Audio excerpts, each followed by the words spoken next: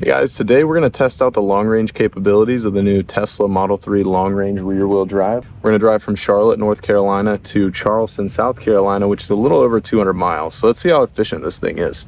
It's funny because I don't have a charging setup here at my house yet. So right now I've got it plugged into a super long extension cord, but I got the car charged up to 363 miles, got it all cooled down and ready to go. That way we have the most miles starting out. You guys seem to appreciate a lot of the minor details, so I figured on the trip we'll kind of go through things that I've noticed after having the car for just over a couple days now. Noticed this the other day, is that these are Michelin Total Pro tires that came on. These are the 18-inch wheels. They're all season. I did try to wash it. I need to get some solution and all that, but you can see all the watermarks left over. Let's jump in, guys. We are at 100%. As you can see, 363 miles. We'll see how long this lasts us. So I'm gonna go ahead and get started. I've got camera set up here. Hopefully that'll get some good footage of it. If not, I'll just keep you guys updated along the way. Here is the current destination. It said we'll arrive there with 28%, which is a lot better than the app. I checked the app last night and it said we were gonna be there with 15%. So we are already down our first mile, 362 miles of range. Today we'll be doing a 70 mile per hour range test because I feel like that's between efficiency and practical. And on the way back, I could try to push it, do 80 on the way back. In North Carolina, the roads are a lot slower than the rest of the country, so I can't really push it too hard, but I'll see what I can do.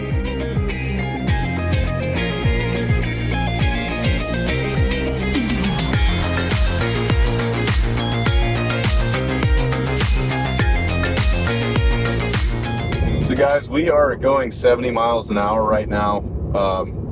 Initial impressions of the car, cabin noise still sounds really good. Autopilot's been doing great. FSD, it drove through a construction zone, it merged onto the interstate, and it's been driving me ever since. I have switched it a couple of times just because I don't really know how to change the follow distance. I need to look that up. I feel like it's something really simple. Our range is going up. Our projected range right now with us going 63 is 39%. And keep in mind, I did the Tesla planning app last night, which I assume may not be accurate. It had me at, it just hit 40, just crossed 40. It had me at 15% arrival with no supercharging. So that's for a 211 mile drive. So I will give you guys an update once we cross 300 miles of range, and we'll kind of see how it's going so far. Talking a little bit about the sunglass monitoring. So if you have sunglasses on, you have to continue to keep your hand on the wheel, which is pretty reasonable. If you have the sunglasses off, it monitors your eyes. It is really strict, guys. Like if I'm looking at the Tesla screen, it's telling me to look back on the road, and I don't know how many warnings I get, so I gotta be careful with it. I'll probably stick with sunglasses for most of the drive just because I find it easier to just keep your hand on the wheel.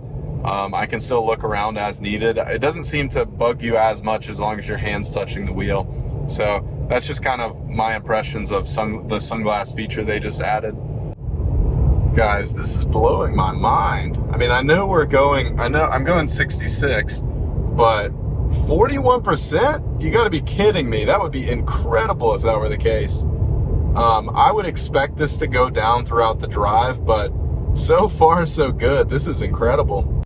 So we are 2 hours and 11 minutes away, and we just crossed 299. So this is usually a 3.5 hour drive, so we're a little bit more than an hour in. I wanted to talk a little bit more about the delivery experience because I really didn't go in depth. I was so excited about the car that I could hardly even get myself to find any flaws with the car, which was probably not the best. But at the end of the day, the things that I found wrong with the car after Tesla said that they were going to fix anyway, so I'm not super worried about it.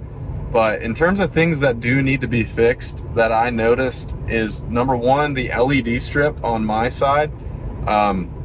There is like a break in it. And as I was going through Reddit, I noticed there was a lot of other people that experienced something similar. I'm not really sure what would cause that, but Tesla seemed open to fixing it. And I noticed some gashes on the driver's side mirror. I'll throw up a video clip of this. It's kind of hard to see a lot of this stuff. I didn't have 2 hours to look at this car when I picked it up. So these are just things that I noticed about the car whenever I was going through it and checking it out after the fact. Again, not major issues, and the fact that Tesla's gonna fix it, not a big deal to me. Passenger side door, when you close it, the mirror has a little bit of a rattle. It's a slight annoyance. I don't really notice it all too much other than when the passenger closes the door. Lastly, I did a little bit of a paint inspection, and I noticed these little specks on the passenger side of the car all the way to the bumper, kind of on the trunk. And I don't know if this is typical on a car. I know people constantly criticize Tesla. I'll be honest with you, these aren't major issues to me. I'll be glad if Tesla fixes them, but I just am not particular enough to be worried about like a little speck in the paint. The biggest things for me is just making sure everything's up and fixed, so that way this car is going to last as long as possible. That's really what I want to get fixed. So we're going to keep driving. We're at 294 right now. I will give you guys an update when we're down to 250 miles.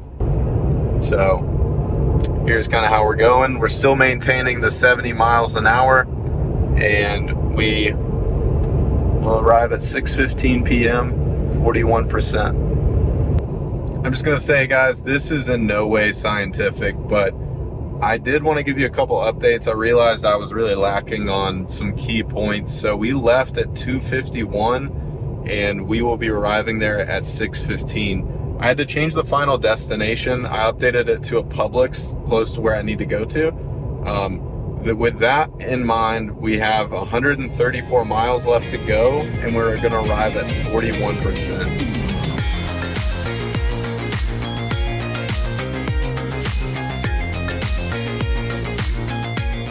We are now almost 2 hours into the trip, and we just broke 250 miles left. I think we're gonna arrive with about 145 miles left, and that would equate to being 41%. I think I was using this number right here, but I realized that is not the right number. So I've been learning a lot about this Tesla Energy app as I've been driving. That is the consumption, and then here's the drive. I accidentally changed the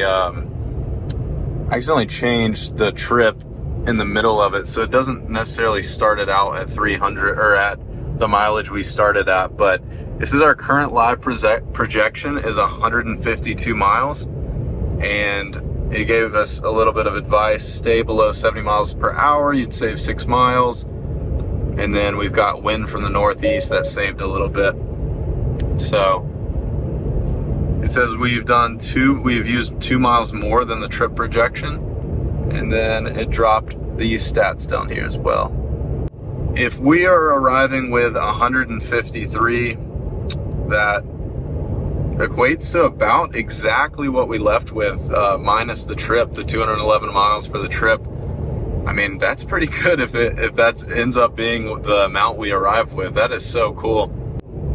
So we just flew by the supercharger on the way in between Charlotte and Charleston. We don't need it at all. 228 miles of range, still going strong, performing at the EPA standard, if not a little bit better.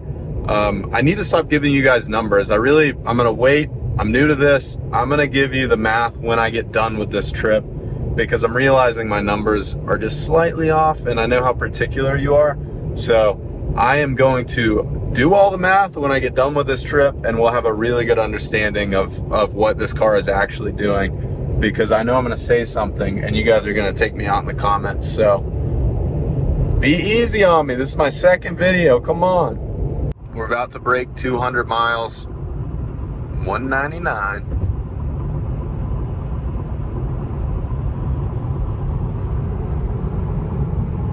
It's honestly a really easy drive, super comfortable. Cabin noise sounds good, and really, guys, the suspension on this thing compared to the old Model Y is incredible. Like I haven't noticed, like it's just so soft. It's cool. $199. So I think we will probably end up with about 150 when we get done. See how we're doing. So I posted my last video on Reddit, and I think that's where a lot of you guys came from. I know YouTube was serving up the video too. And one of the criticisms was about the audio system. People are not really convinced that the rear-wheel drive audio system is as good as the all-wheel drive. I mean, 9 speakers versus 17, yes, it's not going to be as good, but I think my biggest point is that it's good enough. And for the price point that this car comes in at $35,000, I can't imagine, I don't know, don't quote me on it, but I can't imagine that other cars in this price range are coming with an audio system that's of the same equivalence. All I can say is I had several people in my car, and one of the first things other than the LED lights that they noticed was the audio. They said that it sounded really good. There's just enough bass, and it's just super clear.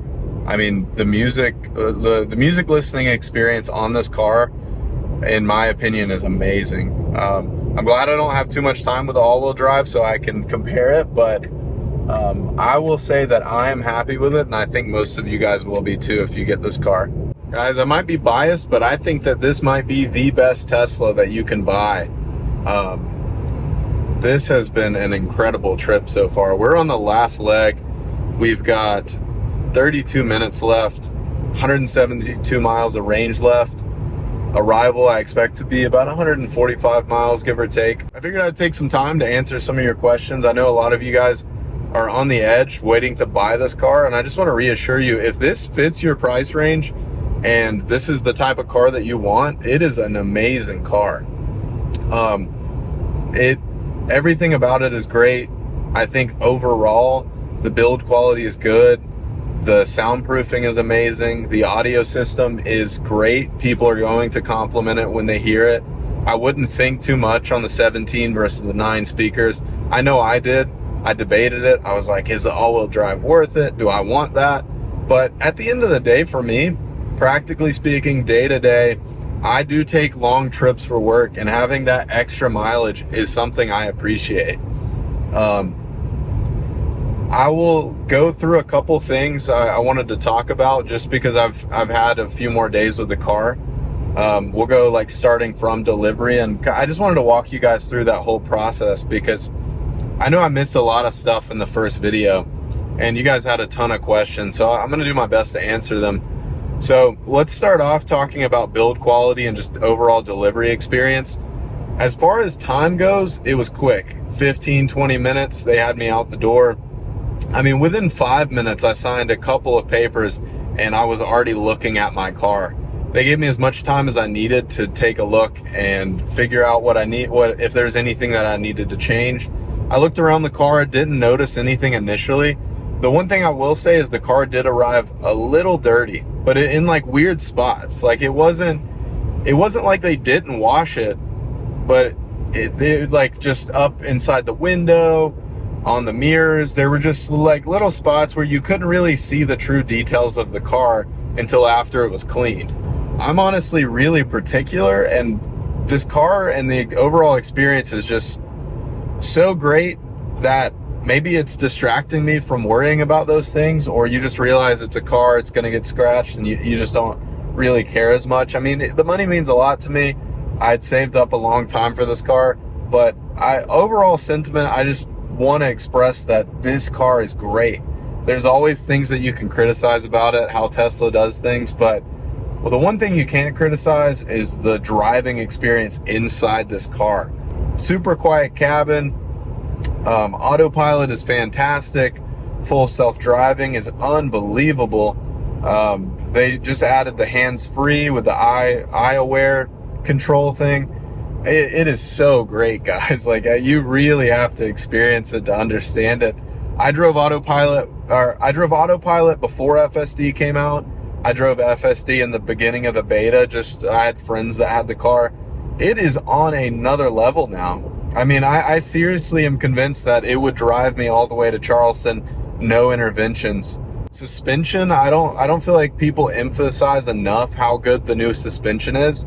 If you're coming from an older Model Y, like a 2020 Model Y, I remember being in that and the suspension just, like, you would hit stuff and it would just throw you around if it was a really big bump. This thing feels like a nice soft boat. Like you hit something and you're just like gliding over it. And like, it's like the whole car goes with it. It's not the front end and then the back end. Like the whole car just goes with it.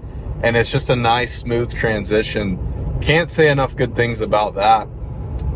Efficiency wise, again, I don't want to give you guys the wrong information, but it looks like we're doing pretty well.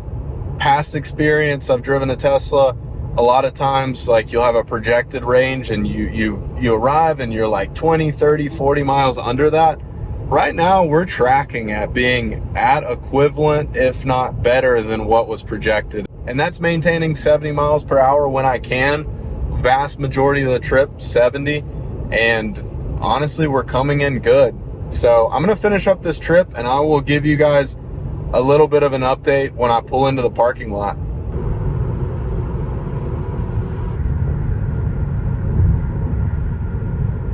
Guys, we are here at Publix with 41% state of charge.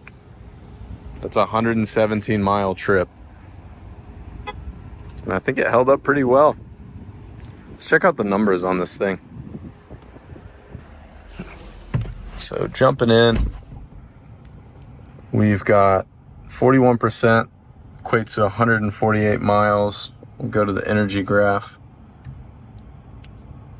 Now, this isn't entirely accurate because, like I said, I had to restart the trip, but we'll click on the rated. 0.4 miles less than estimated vehicle consumption. We'll click on consumption. For the last 30 miles, we had an average of 198 watt hours a mile. 148 miles, guys, that's incredible. It was a 217 mile trip. That's, I would say, pretty close to the rated range that we just arrived with. A lot of factors involved. This is not scientific. I did my best job to kind of document along the way.